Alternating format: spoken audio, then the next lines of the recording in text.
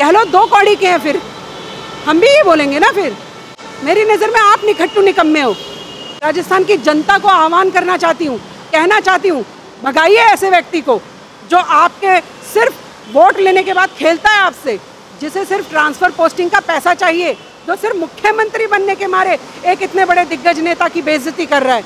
उस व्यक्ति ने कांग्रेस भी नहीं छोड़ी और आपने उसकी इतनी बेइज्जती कर दी। मैं तो सचिन भाई को आपके माध्यम से कह रही हूँ, शेरिन, प्यारे हिंदुस्तान के माध्यम से, बीजेपी में जाना चाहते हो छाती ठोक के चले जाइए, कोई फ़र्क नहीं पड़ता है।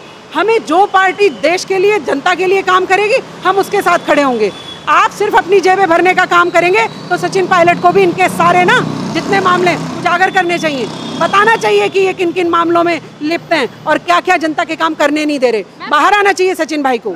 तो मैं कह रही हूँ कि भैया राहुल भैया, अगर आपको सबको पार्टी से भगाना ही है तो ताला लगाइए ना फिर 24 अकबर रोड पे।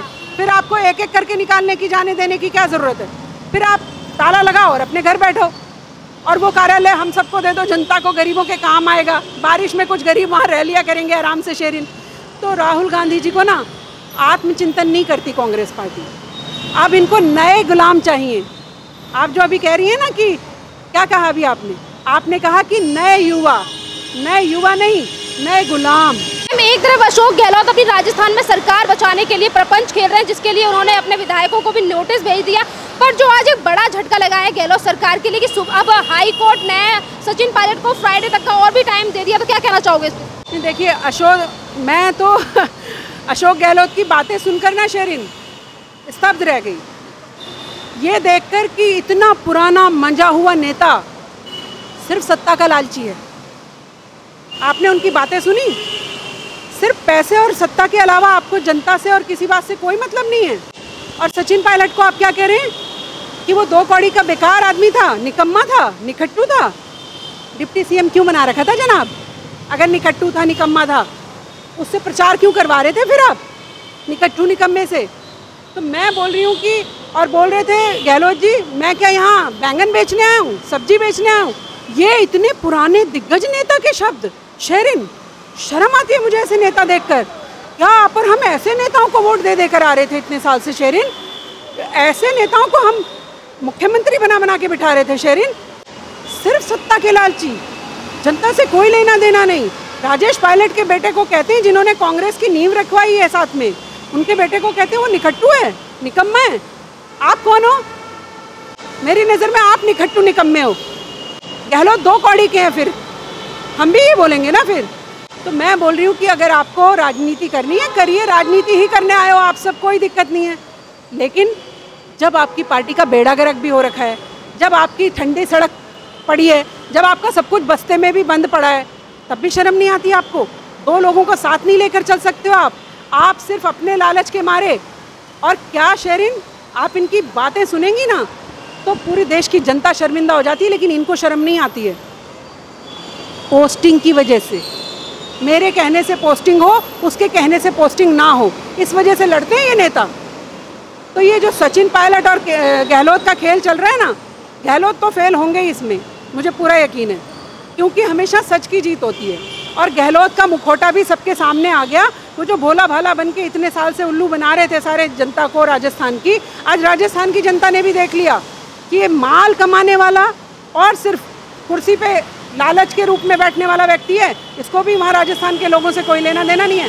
मैं आपके माध्यम से शेरिन राजस्थान की जनता को आह्वान करना चाहती हूँ, कहना चाहती हूँ, भगाइए ऐसे व्यक्ति को जो आपके सिर्फ वोट लेने के बाद खेलता है आपसे, जिसे सिर्फ ट्रांसफ़र पोस्टिंग का पैसा चाहिए, जो सिर्फ मुख्यमंत्री बनने के मारे एक इतने बड़े दिग्गज नेता की बेइज्जती कर रहा है। उस व्यक्ति ने कांग्रेस भी नहीं छोड़ी और आपने उसकी इतनी बेइज्जती कर दी। और अगर कोई छोड़ भी दे पार्टी तो शेरिन आपको क्या ध्यान रखना चाहिए, मेरी कमी क्या थी? मुझे कोई छोड़ के जा रहा है शेरिन, तो मुझे देखना होगा ना मुझ में क्या कमी है, मुझे छोड़ के जा रहा है, उसमें क्या खूबी है जो उसके पास जा रहा है। तो ये मंथन नहीं करेंगे ये लोग, ये सोच विचार नहीं करती कांग्रेस पार्टी। सिर्फ हर एक को भगा दीजिए, क्योंकि माल कहीं हाथ से ना निकल जाए, सारा माल अपनी जेब में आना चाहिए। सचिन पायलट रोकते होंगे कि ये बेईमानी मत करिए, वो बेईमानी मत करिए, जनता के लिए काम करिए, मैंने वादे किए हैं, क्योंकि सचिन पायलट ने ही जीत दिलाई है। तो सचिन पायलट के वादों पर काम नहीं करोगे आप?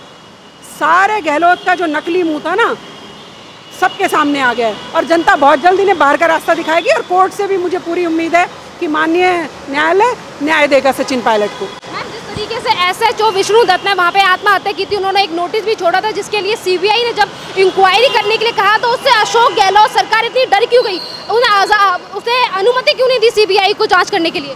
देखिए, उस हमाम में बहुत सारे नंगे मिलेंगे। अगर सीबीआई जांच हो गई तो सीबीआई जांच नहीं होने देंगे, बस बचने के रास्ते ढूंढेंगे।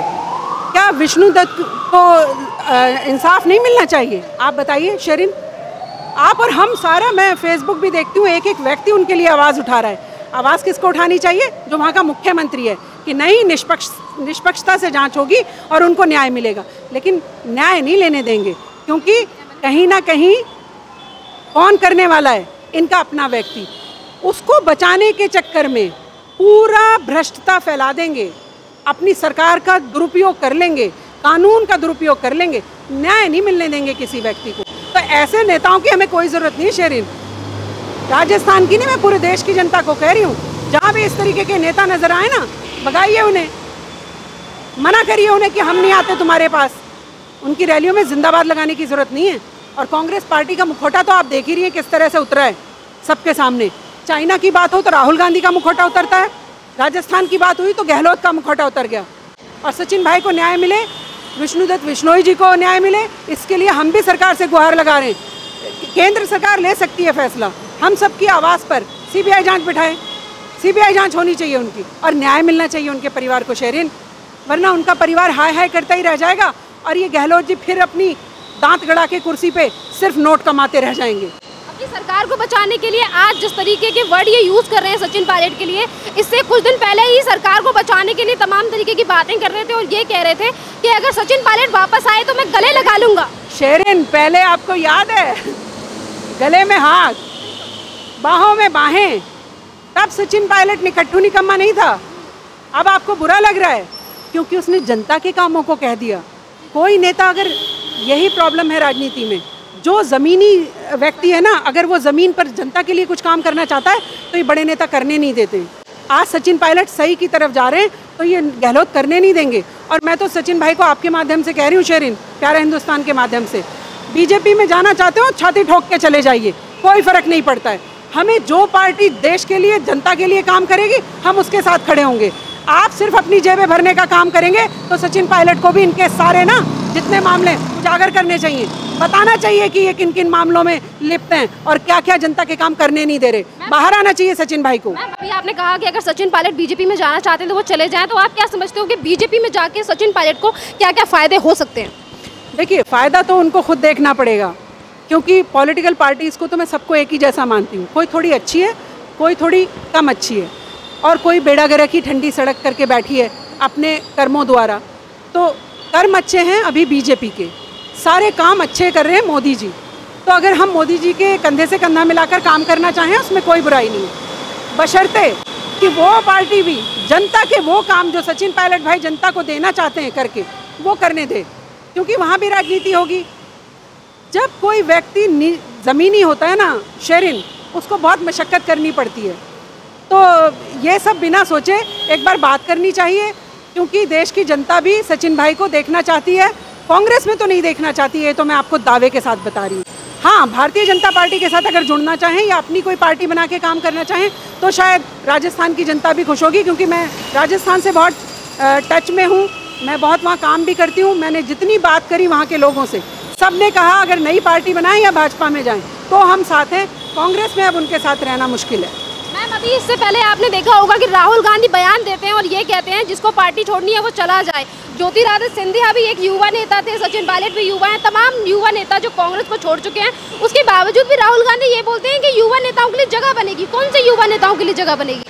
शेरिन, पूजा मंडली खुद ही रह जाएगी 3-4 की, खुद ही वहाँ कार्यालय में बैठ के 24 अकबर रोड पे भजन कीर्तन करेंगे। बाकी नहीं, ये तो भजन कीर्तन भी नहीं करेंगे, क्योंकि इन्हें वो भी नहीं आता ना भजन कीर्तन करना भी, राम का नाम ये लेना नहीं चाहते हैं। तो मैं कह रही हूँ कि भैया राहुल भैया, अगर आपको सबको पार्टी से भगाना ही है तो ताला लगाइए ना फिर 24 अकबर रोड पे। फिर आपको एक एक करके निकालने की, जाने देने की क्या ज़रूरत है?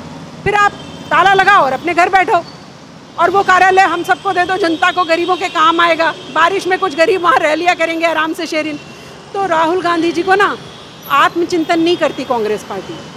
अब इनको नए गुलाम चाहिए। आप जो अभी कह रही हैं ना कि क्या कहा अभी आपने, आपने कहा कि नए युवा नहीं, नए